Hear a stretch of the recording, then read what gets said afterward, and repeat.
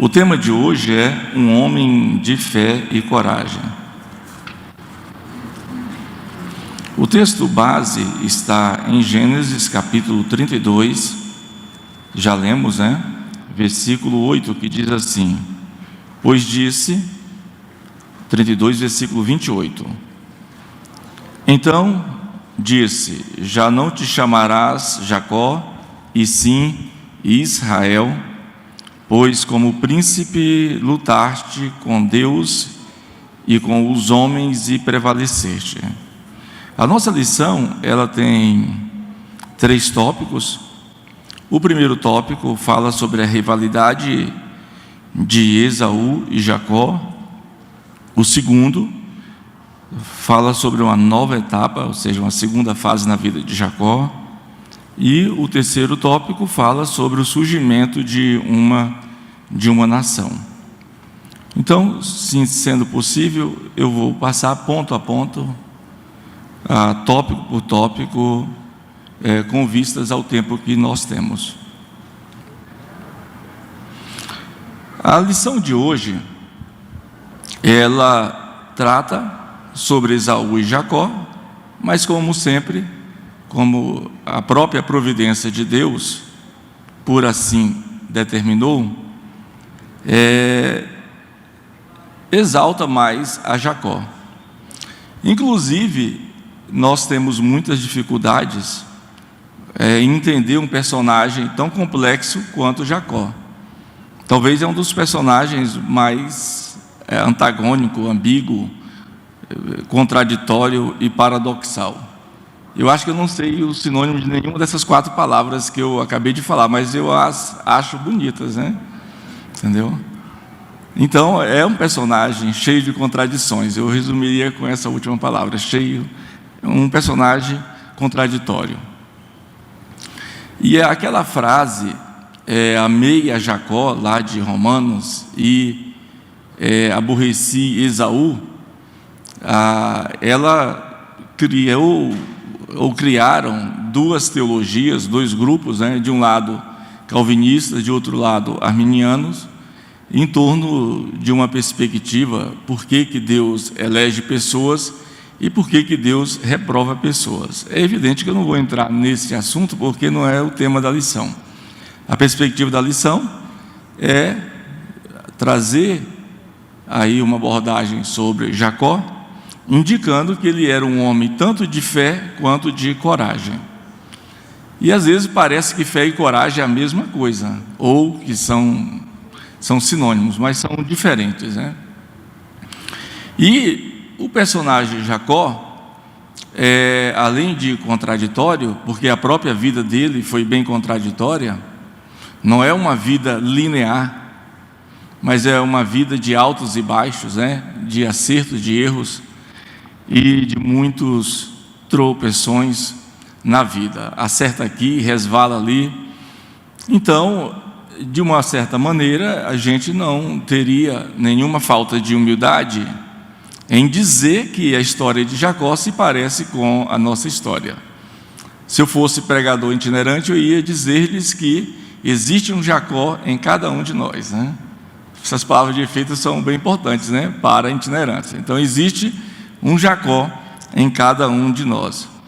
Mas eu não quero dizer com isso que sejamos tão atrapalhados, trapaceiros, enrolados, suplantadores como foi Jacó. Não é isso que eu estou dizendo. Eu estou dizendo que a nossa vida também não é tão linear. Nossa vida parece que nunca foi 100% de acertos. Então a gente foge de qualquer demagogia, de qualquer hipocrisia, porque sabemos que a nossa vida é uma vida plena, abundante, porque a graça de Deus eficazmente está sobre nós. Então a graça de Deus é eficaz para nos salvar, e a graça de Deus é eficaz para nos manter salvos.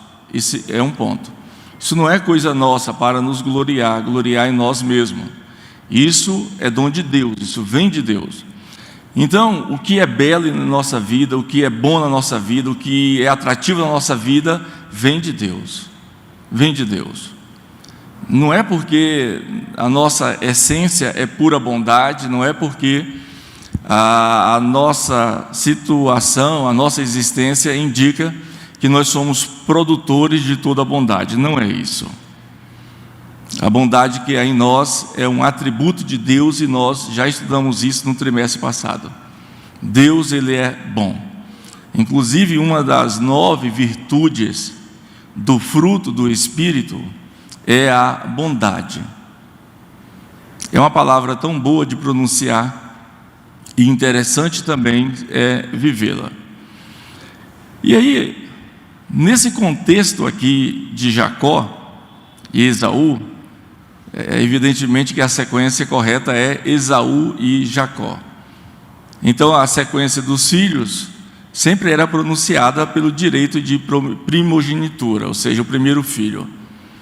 Quando Abel e Caim foram ofertar, a gente fala Abel e Caim, mas a Escritura fala Caim e Abel. Caim era o primeiro, foi o primeiro a ir lá fazer a sua oferta. E esse direito de primogenitura, isso se perpetua nessa cultura patriarcal, onde o filho mais velho, ele tem um status diferente, ele tem um conceito diferente, porque ele é simplesmente o dono da bênção. E isso tem muitas implicações. Sendo o dono da bênção, ele é superior aos seus irmãos, conceitualmente falando. Inclusive, quando da morte do pai, o primogênito, segundo a lei da primogenitura, lá em Deuteronômio, indica que o filho mais velho, ele receberia, ou seja, o primogênito, receberia 2/3 da herança, 66,66%. Então, havia isso no chamado direito de primogenitura. E eu não vejo o texto dizendo que o próprio Jacó corria em torno desse direito, ou em torno dessa bênção. O interessante é que o texto bíblico fala que essa bênção, esse direito de primogenitura, de ser o primeiro em tudo, não era de Jacó, era de Esaú. Mas a própria mãe dos dois, ela abriu os olhos diante de uma conversa que ele ouviu, que Esaú seria abençoado, porque o seu pai já estava próximo de morrer. Ela abriu os olhos do filho, ela mesma arquitetou um plano com implicações negativas sem precedentes, na história patriarcal. Com isso, a bênção passa de um filho para outro. E aqui a gente aprende várias questões. No 1.1, o primeiro tópico fala a rivalidade de Esaú e Jacó. 1.1, uma revelação. 2 nações há no ventre da própria mãe deles, que é a Rebeca. 1.2, o direito de primogenitura. E depois, onde eu quero entrar aqui, a troca de papéis. Então, há um enredo em torno da bênção de Deus saindo de Esaú e sendo transferida para Jacó.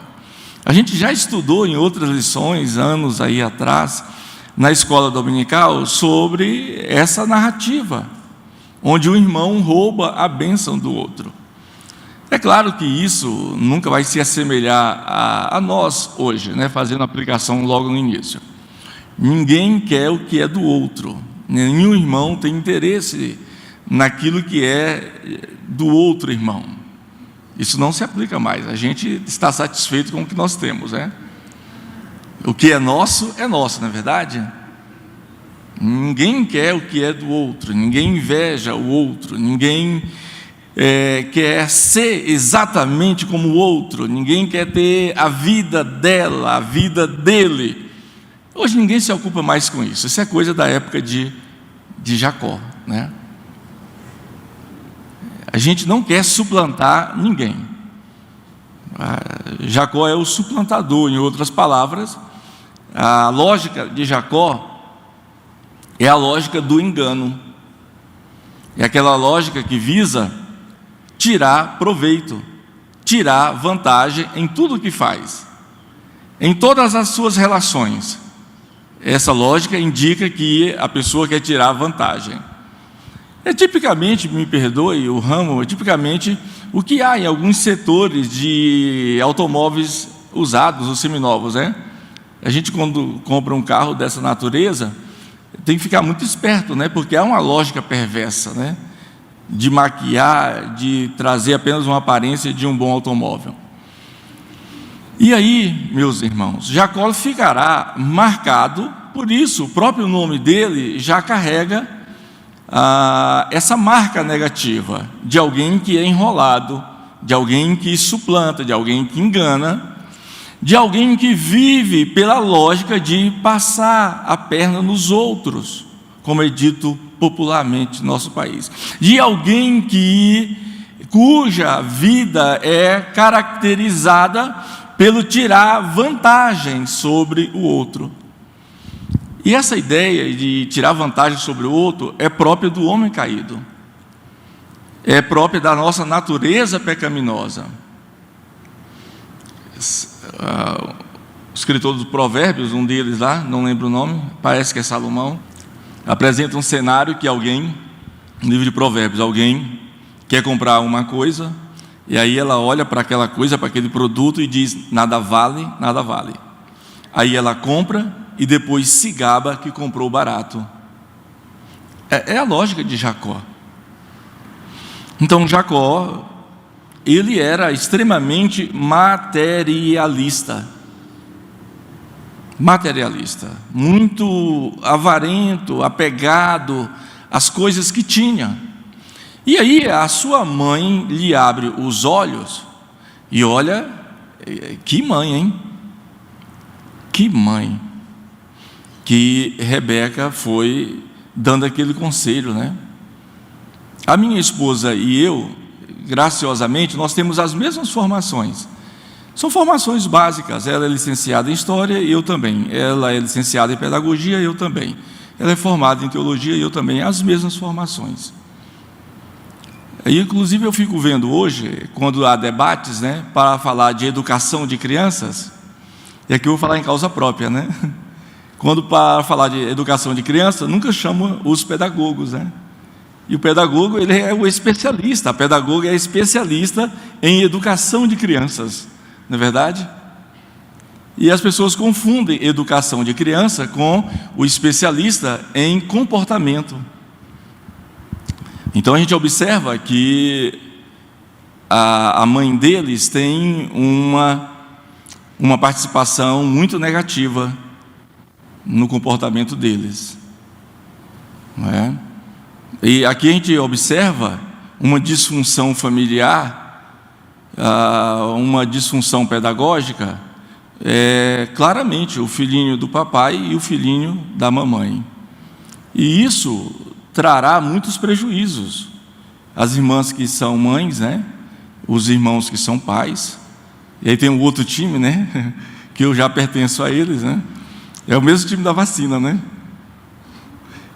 Os já vacinados, como eu, também são avós, né?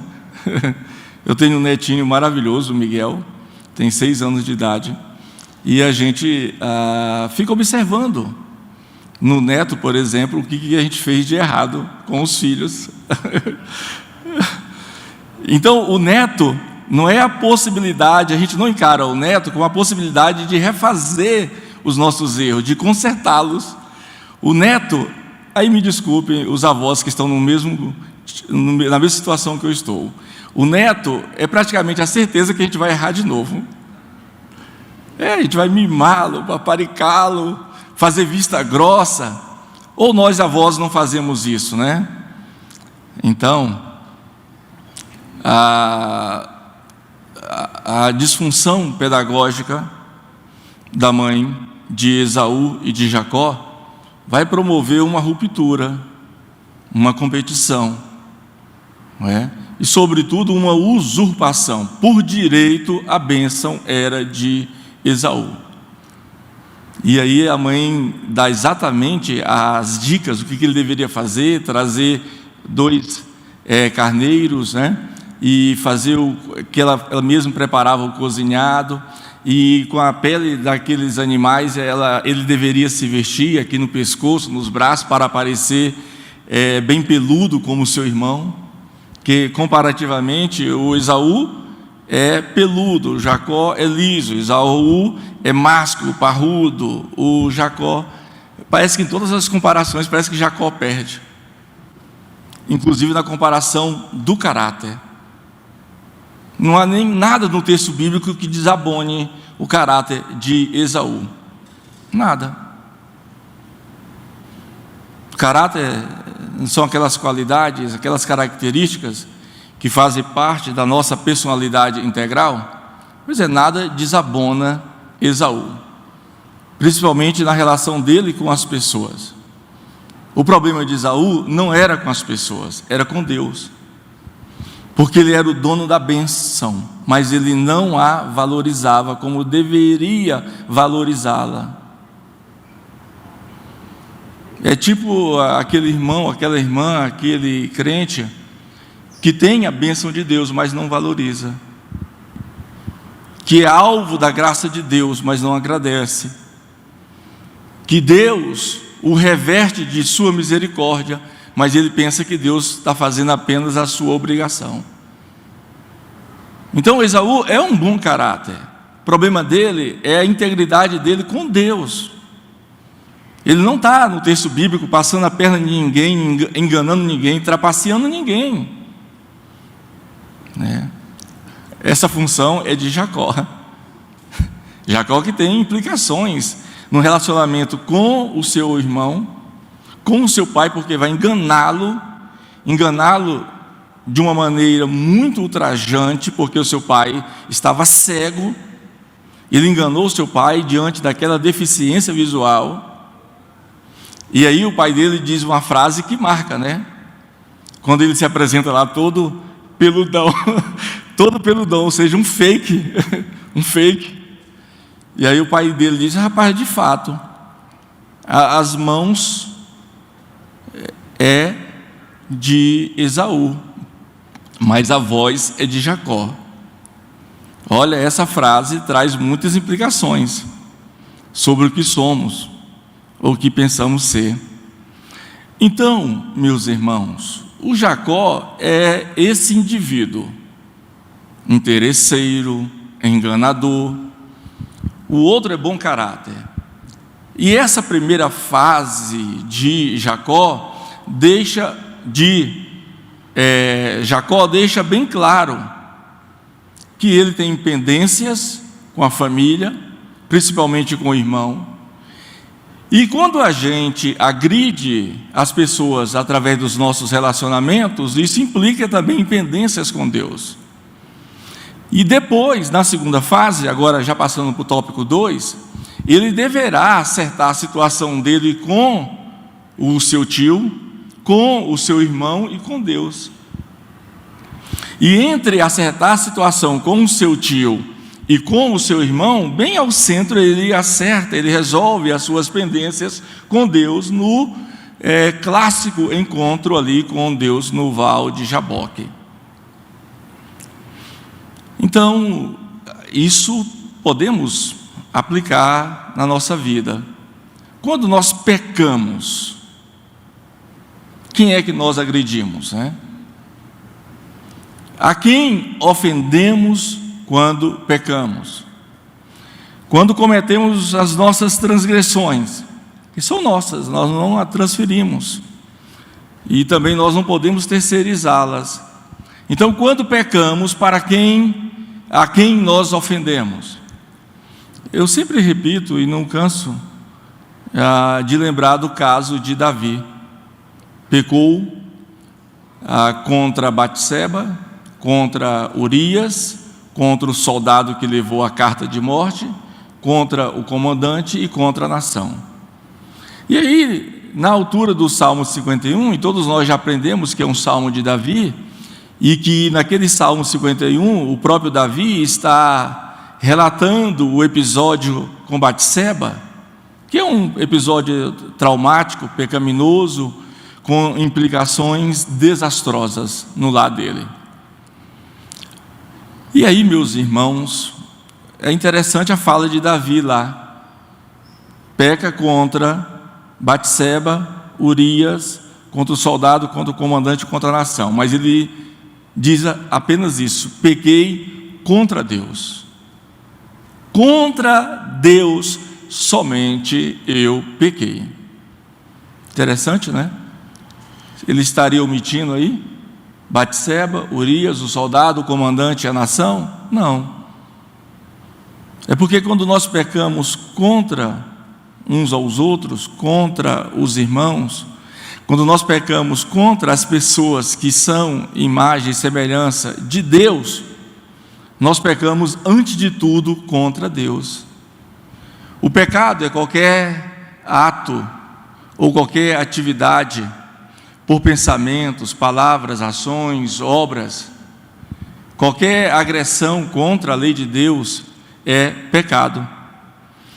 Então, pecado é pecado exatamente porque nós agredimos a Deus, ultrajamos a Deus, ofendemos a Deus, quando nós também ofendemos os nossos semelhantes. Então, o Jacó aqui ofendeu todo mundo. É uma família totalmente disfuncional aqui, não é? E muito da Bíblia é composto por narrativas de famílias disfuncionais.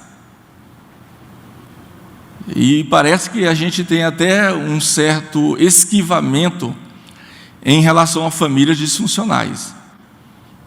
Se nós pudéssemos, nós estaríamos mais próximos e sempre convivendo com famílias funcionais, com famílias perfeitinhas. As complicadas a gente não quer nada com elas.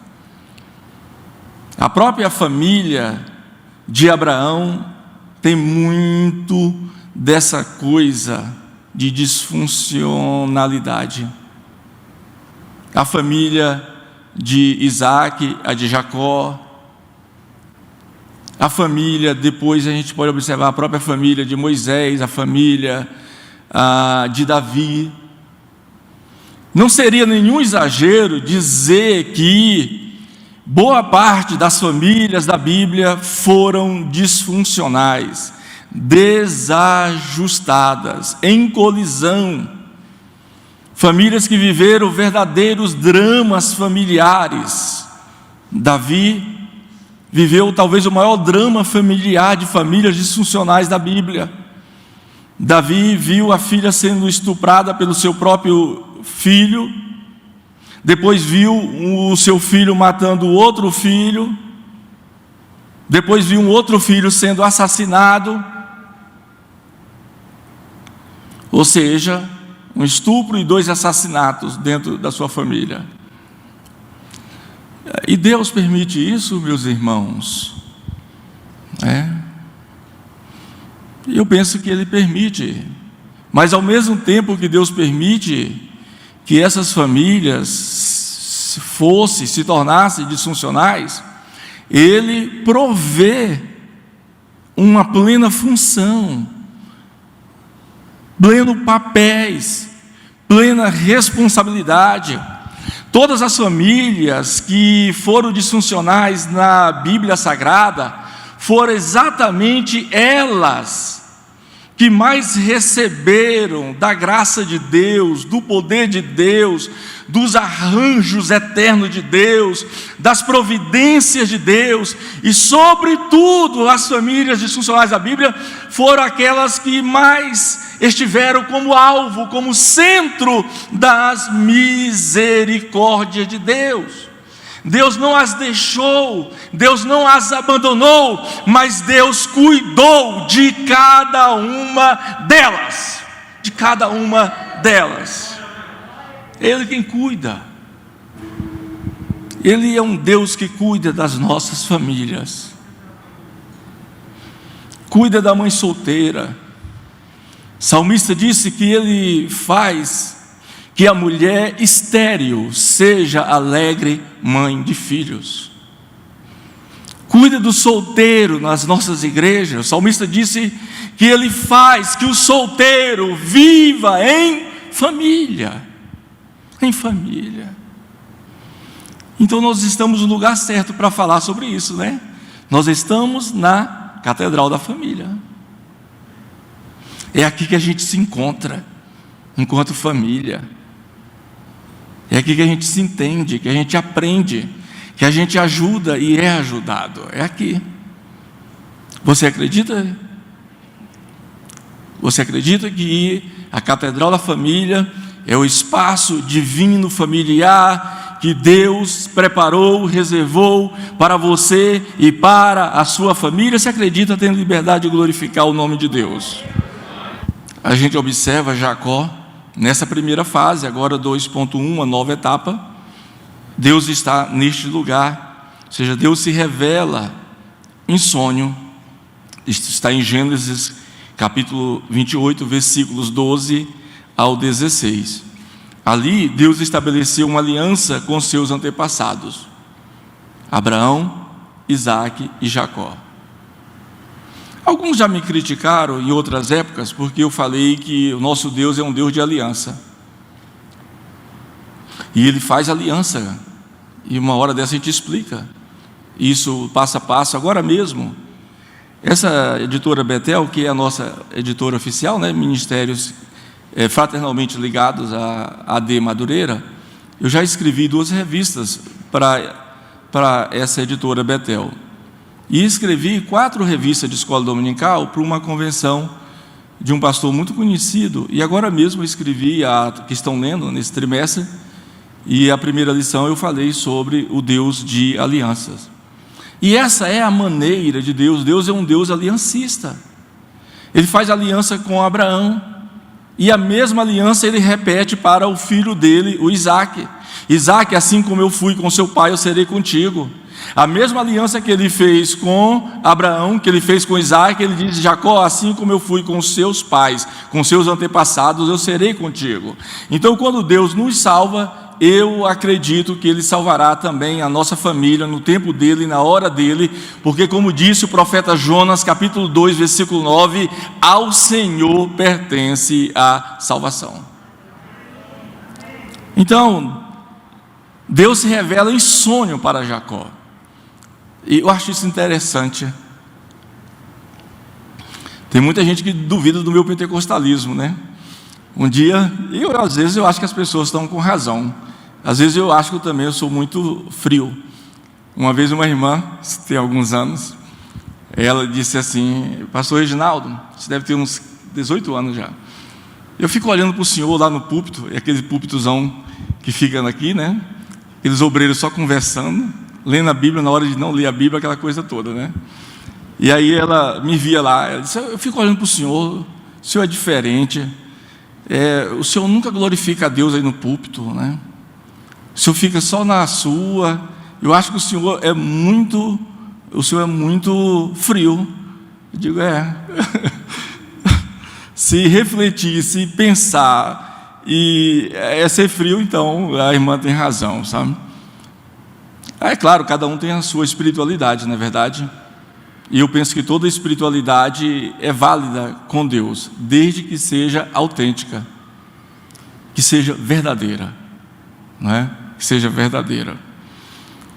E aí eu me identifico com Jacó em muitas questões, porque eu lembro quando criança eu era da Igreja Batista Luz do Evangelho, uma igreja calvinista, e eu aprendi a amar a escola dominical naquela igreja. E outra coisa muito boa que eu achava naquela igreja é que lá podia jogar bola, né? E eu era da Bleia, né? E na Bleia não podia jogar bola, era pecado, né? Mas é claro, depois que eu fui para a Assembleia de Deus, eu comandava secretamente lá um time de futebol na escola dominical. E aí nós fizemos um acordo com as meninas. Eu sabia que uma ou outras meninas da igreja, né? Menininhas, mocinhas peraltinhas, namorava com rapazes descrentes. E ela sabia que nós tínhamos um time secreto de futebol da escola dominical. Então, ela ninguém delatava ninguém. E aí um rapaz era afim de uma delas, e ela não quis, ela quis foi um outro rapaz, e aí ele foi e delatou que ela namorava com um rapaz descrente. Aí pronto, aí a casa caiu para o time de futebol, né? E aí entrou todo mundo no rolo da disciplina da igreja, né? Descobriram, eu era um dos maestros do time de futebol. E o pessoal nem sabia, mas nós fomos campeões lá do município lá. Enfim. Então, aí eu, quando criança, e na minha adolescência, eu saio da igreja. E aí, no final da minha adolescência, por volta de 17 anos, Deus, de fato, Ele me salva. Ele me transforma. E aí, dessa vez, eu estou na Assembleia de Deus, até hoje. Já faz alguns anos. E logo eu me dediquei à palavra, ao estudo, e é só isso que eu faço na minha vida, me dedicar à palavra e ao estudo. Todas as coisas são implicações disso aí, estudar a palavra de Deus. E aos 17 anos, inventaram um fake lá na igreja que eu era pregador. Mas eu não era pregador, eu era gritador. E eu, invocadozão, e eu pensava que pregava. Não pregava nada, irmãos. Eu acho que eu até causei lá muitos problemas de ouvido nos irmãos, que eu penso num homem que gritava. Se eu pudesse, eu quebrava o púlpito, que era cada pancada no púlpito. Eu achava bonito aquela palhaçada que eu fazia. E aí a notícia correu e eu fui para uma cidade. Olha o nome da cidade, Pissarra. E aí lá o fake foi maior ainda e disseram que eu era pregador. E me convidaram para a Igreja Batista, naquele início da Renovação Batista no Brasil. E aí eu fui pregar lá à noite. Enfim. E eu lembro quando, antes de ir ao púlpito, tinha a missionária do lado assim, missionária Eletice. Era a missionária da igreja, a pastora da igreja. Antes de chegar no púlpito, ela só levantou a mão assim, e naquele dia, Deus falou em profecia comigo, de uma forma assim, tão interessante, impactante, que foi exatamente aquela palavra de Deus profética daquele dia, que me conduziu até hoje, ó. Até hoje. Então, os detalhes de cada palavra que aquela missionária tão corajosamente e poderosamente me falou, foram acontecendo na minha vida, né? E uma época eu disse, não, então parou, a profecia acabou, agora recentemente. E aí, a principal questão daquela mensagem profética foi o ministério do ensino e da pregação. Deus me deu naquele dia, através daquela profecia, o ministério do ensino. Mas eu não fiquei acomodado com isso, que Paulo fala em Romanos, né? Romanos 12, se é ensino, que haja dedicação. Não é só o dom, deve haver também essa parte humana, essa resposta humana, essa responsabilidade humana, no caso aí a dedicação. Se é ensino, dedique-se no fazê-lo, né? No fazê-lo. Um dia desses, alguém me ligou e disse, eu quero que você, passando a pandemia, você venha pregar aqui em Barcelona, que eu tenho um ministério aqui, você vem aqui. Outro me ligou e disse, olha, você vem pregar aqui em Amsterdã, temos um ministério. Outro me ligou e disse, você vem para o Japão. Passou a pandemia, você vem. Apenas confirmações daquela palavra quando eu tinha 17 anos.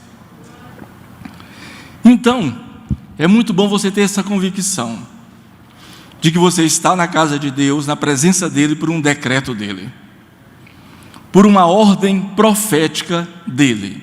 Você tem essa convicção, meu irmão? Você não caiu de paraquedas. A sua situação na casa de Deus, na presença de Deus, não é obra do acaso, de uma mera coincidência. Não. Quero dizer a todos os meus irmãos e minhas irmãs aqui, sempre houve um propósito eterno de Deus para as suas vidas.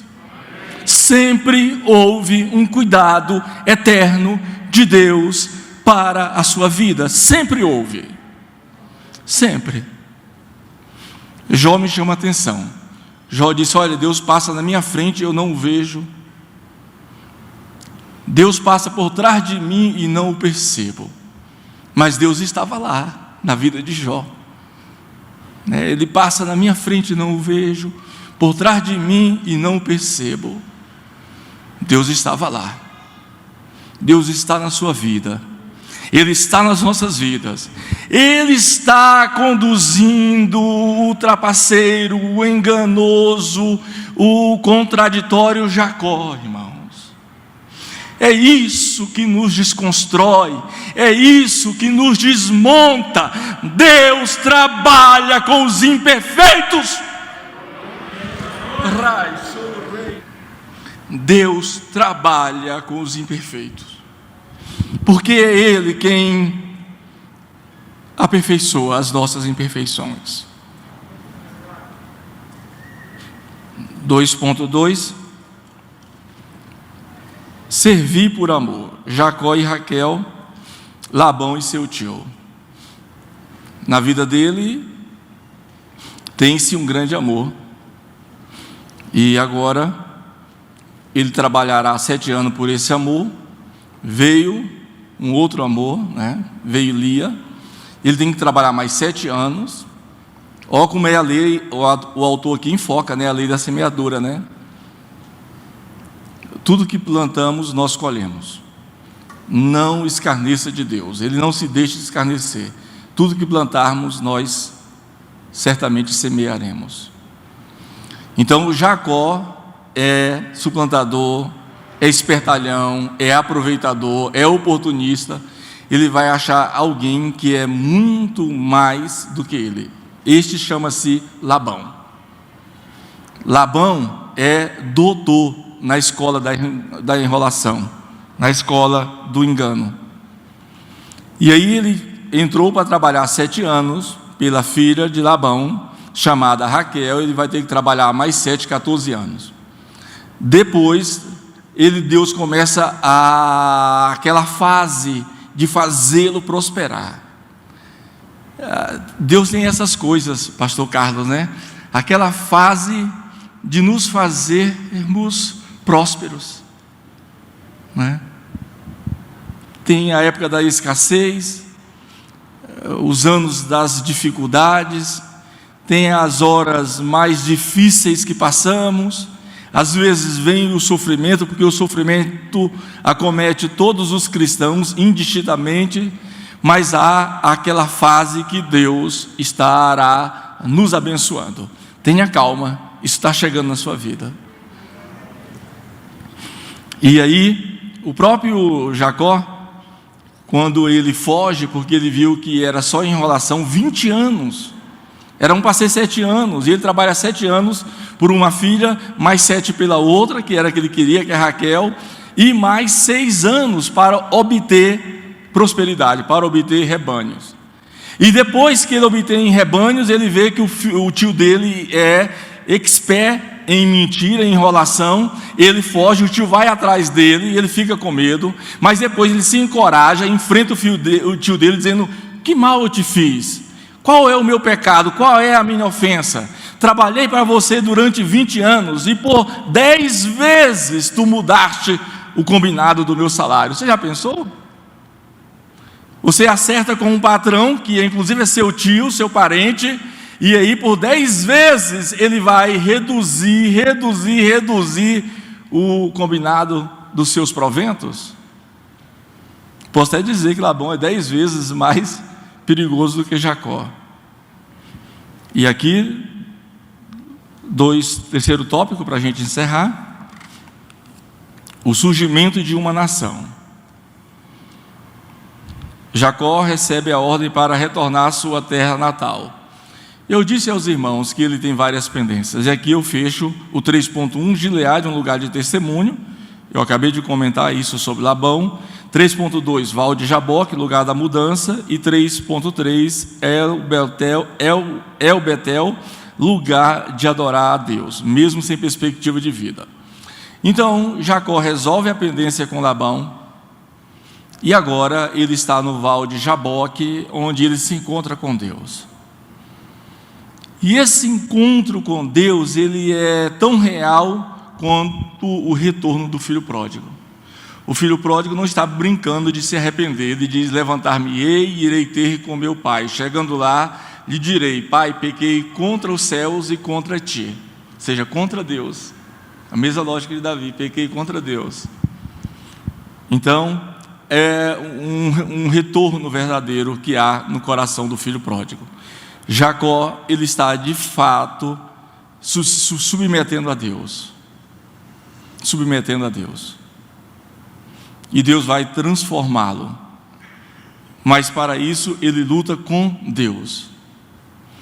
Lutar com Deus, irmãos, é entrar em um nível de relacionamento, de presença de Deus, que eu nem poderia, não sei como explicar. E aqui eu encerro dizendo que agora finalmente que ele acertou as pendências com o seu tio, com o próprio Deus, e agora ele vai encarar o problema mais recorrente, que é com Esaú. Depois desses anos todos, ele manda um mensageiro dizer a Esaú sobre a sua vida, sobre a sua família, sobre a sua prosperidade. E aí solicita o encontro. Esaú diz: eu vou. E ainda diz vou levar 400 homens. E aí Jacó disse: pronto, estou acabado. 400 homens. Vocês lembram que o próprio pai dele, o Isaac, disse que: olha, Esaú, agora você será servo do seu irmão. Não é isso? Mas o oposto acontece aqui. O Jacó, que é o dono da bênção, o Jacó, que é senhor, inclusive, sobre toda a sua casa, porque tem o direito de primogenitura, ele nos surpreende aqui. Ele que vai chamar o seu irmão de senhor. É ele que vai se prostrar, é ele que vai se humilhar e colocar todos os da sua casa para prostrarem e se humilharem diante de Esaú. O que é isso, irmãos? Retratação. Imaginemos agora, pensemos nas pessoas em que nós precisamos nos retratar, nos reconciliar, nos reaproximar, buscar outra vez o melhor daquela pessoa, buscar outra vez o melhor bem que há nela, as melhores qualidades, e nos reconciliar. Curve a sua cabeça. Senhor, nós aprendemos muito com Jacó, aprendemos muito com Esaú, e aprendemos mais ainda com o Senhor, que abençoou tanto a Jacó quanto Esaú. E o Senhor pode nos alcançar também com essa tua misericórdia nessa manhã. Aqui estão os teus filhos, as tuas filhas, e quem sabe como eu, nós somos envolvidos, nós somos colocados dentro, Senhor, desse contexto, em que muitas coisas das nossas vidas precisam serem arranjadas, consertadas, aprimoradas e aperfeiçoadas. O Senhor possa nos lavar com teu sangue, nos purificar. Mas acima de todas as coisas, meu Pai, eu quero te pedir, assim como o Senhor abençoou a família de Jacó, o Senhor abençoe as famílias dos meus irmãos e minhas irmãs que estão aqui nessa manhã. O Senhor é Deus de providência, é Deus de perdão, é Deus de amor, é Deus de graça, é Deus de misericórdia. Sobretudo, o Senhor é Deus de transformação. Assim como o Senhor transformou a Jacó e toda a família dele, o Senhor nos alcance nessa manhã. O Senhor ministra a tua graça nessa manhã. O Senhor haja providencialmente e soberanamente nas nossas vidas, nas nossas famílias, pois precisamos de Ti, somos carentes de Ti e das Tuas bênçãos. Muito obrigado, meus irmãos, Deus abençoe a todos. Muito obrigado, pastor Carlos, pelo convite, pela oportunidade. Aleluia.